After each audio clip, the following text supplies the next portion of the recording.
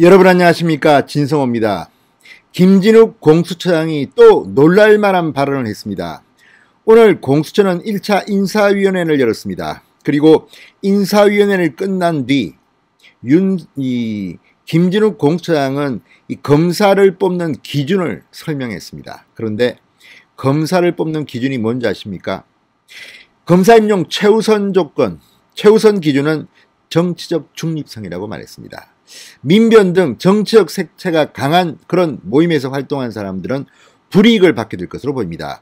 자, 공수처가 출범할 때 야당이 걱정한 것들이 많습니다. 그중 하나가 이 정권의 말을 잘 듣는 공수처장을 앉히고 또 그 밑에 검사들을, 민변 출신 변호사들을 대거 등용해서 이 문재인 정권에 유리한 그런 수사를 할 것이다, 이런 비판을 한 적이 있습니다. 자, 그런데 김진욱 공수처장은 문재인 정권의 하수인으로 보이지는 않습니다. 적어도 일단 그의 경력이 판사 생활 조금, 또 김앤장 등 변호사 생활 조금, 주로 이 헌법재판소 연구관을 했습니다.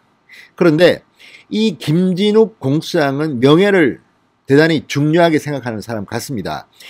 자, 오늘 오전에도 김진욱 공수처장은 공식 페이스북을 통해서 수원지검으로부터 이첩받은 이 김학의 출국 금지 사건 관련 이성윤 서울중앙지검장과 이규원 검사를 다시 수원지검 수사팀으로 재이첩하겠다고 밝혔습니다. 그동안 이성윤 서울중앙지검장, 자, 공수처에서 검찰로 재이첩은 불가능하다, 이렇게 주장해 왔는데 머쓱해졌습니다.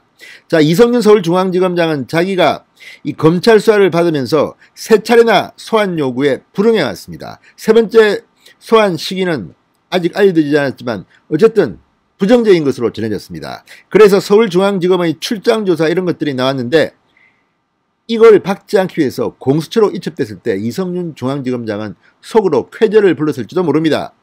그런데 김진욱이 놀랄만한 일을 했습니다. 그 어렵다는 검찰 재이첩을 결정한 겁니다.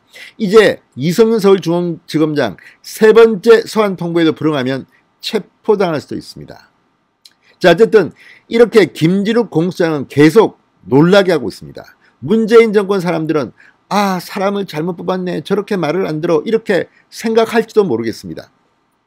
그렇지만 이 공수처가 출범하자마자 정치의 하수인이라는 소리를 듣는 것을 불명예스럽게 생각할 겁니다. 그래서인지 김진욱 공수장 오늘도 굉장히 충격적인 발언을 해서 지금 청와대와 민주당을 바짝 긴장시키고 있는 것으로 보입니다.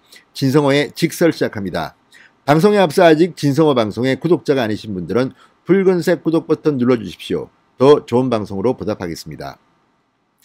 자, 김진욱 공수장이 검사 임용 최우선 기준으로 정치적 중립성을 내세우면서 이제 민변 등 정치적 성향이 뚜렷한 곳에서 활동한 사람들 힘들어졌습니다. 자, 김진욱 처장은 오늘 공수처 1차 인사위원회를 마쳤습니다. 그리고 정부 과천청사 사무실을 나와 취재진들에게 답을 했습니다. 김 처장은 정치적 중립성과 공정성이 중요하다고 정당 추천위원들이 말씀하셨고 저희도 그렇게 생각한다. 또 특정 정치 성향 단체에 소속되거나 소속됐던 검사 후보자들은 결격 대상은 아니지만 소속 여부를 고려하겠다고 했습니다. 불이익을 줄 수 있다는 것으로 해석됩니다. 결격 대상은 아닙니다. 그렇지만 고려할 것이라고 했습니다. 능력이 뛰어나고 여러 가지로 괜찮은 사람이라면 심사에서 제외해서는 안 된다고 하는 의견이 인사위원회에서 모아졌다. 그러니까 민변 출신들을 무조건 대거 등용할 것이라는 우려를 불식시키기 위한 발언으로 보입니다. 자, 그렇지만 이 발언에 이어서 중요한 것은 행동입니다. 액션입니다.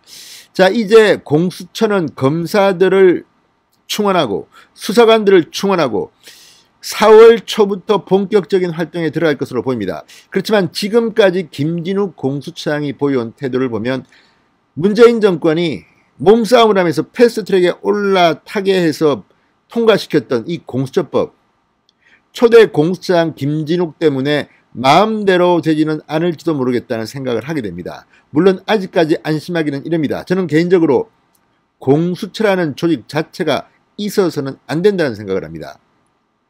OECD 어느 나라에도 없는 그런 괴물 조직입니다. 뿐만 아니라 권력도 강하고 또 지금 공처의 규모를 보면 1년에 김 처장 말처럼 서너 개 밖에는 큰 사건을 못합니다. 그렇게 되면 자연 권력의 부패나 아주 뇌물 사건 등을 갖다가 제대로 수사하기가 힘듭니다. 이럴 경우 재이첩해야 하는 겁니다. 도로 이 사건을 검찰에 돌려줘야 하는 겁니다. 그걸 김진욱이 오늘 해냈습니다. 그 어렵다는 검찰 재이첩을. 자, 그러자 지금 문재인 정권은 아예 검사들 수사도 못하게 하는 검찰 수사권 완전 박탈, 이거를 위해서 중대범죄수사청을 또 만들려고 하는지도 모르겠습니다. 아무튼 공수처는 그들의 예상과는 다른 방향으로 진행되고 있는 것이 확실합니다.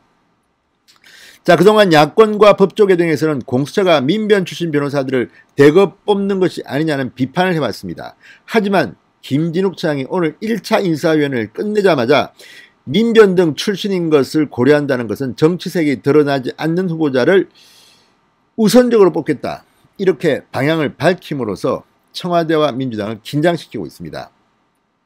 김 차장은 또 이날 인사위원회에서 여야 추천위원들의 대립이 없었다, 원만하게 인사위가 진행됐다고도 말했습니다. 인사 일정과 원칙 등을 모두 함께 합의했다, 크게 이견이 없었다, 이렇게 말했습니다.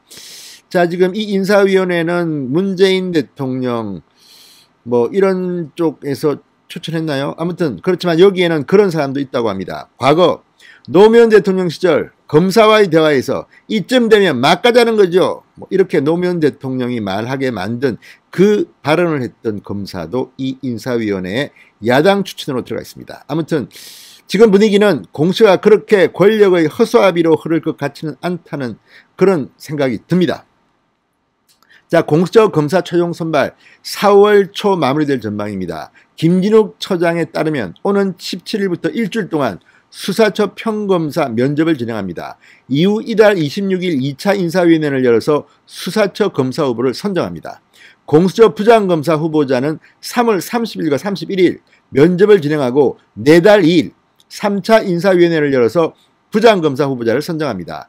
인사위가 선정한 검사 후보자들은 대통령이 제청받아 임명합니다.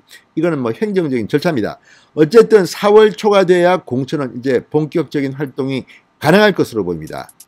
자, 오늘 한 김진욱 공수처장의 입장, 청와대와 민주당 많이 실망한 눈치 같습니다. 진성호의 직설이었습니다. 여러분 감사합니다.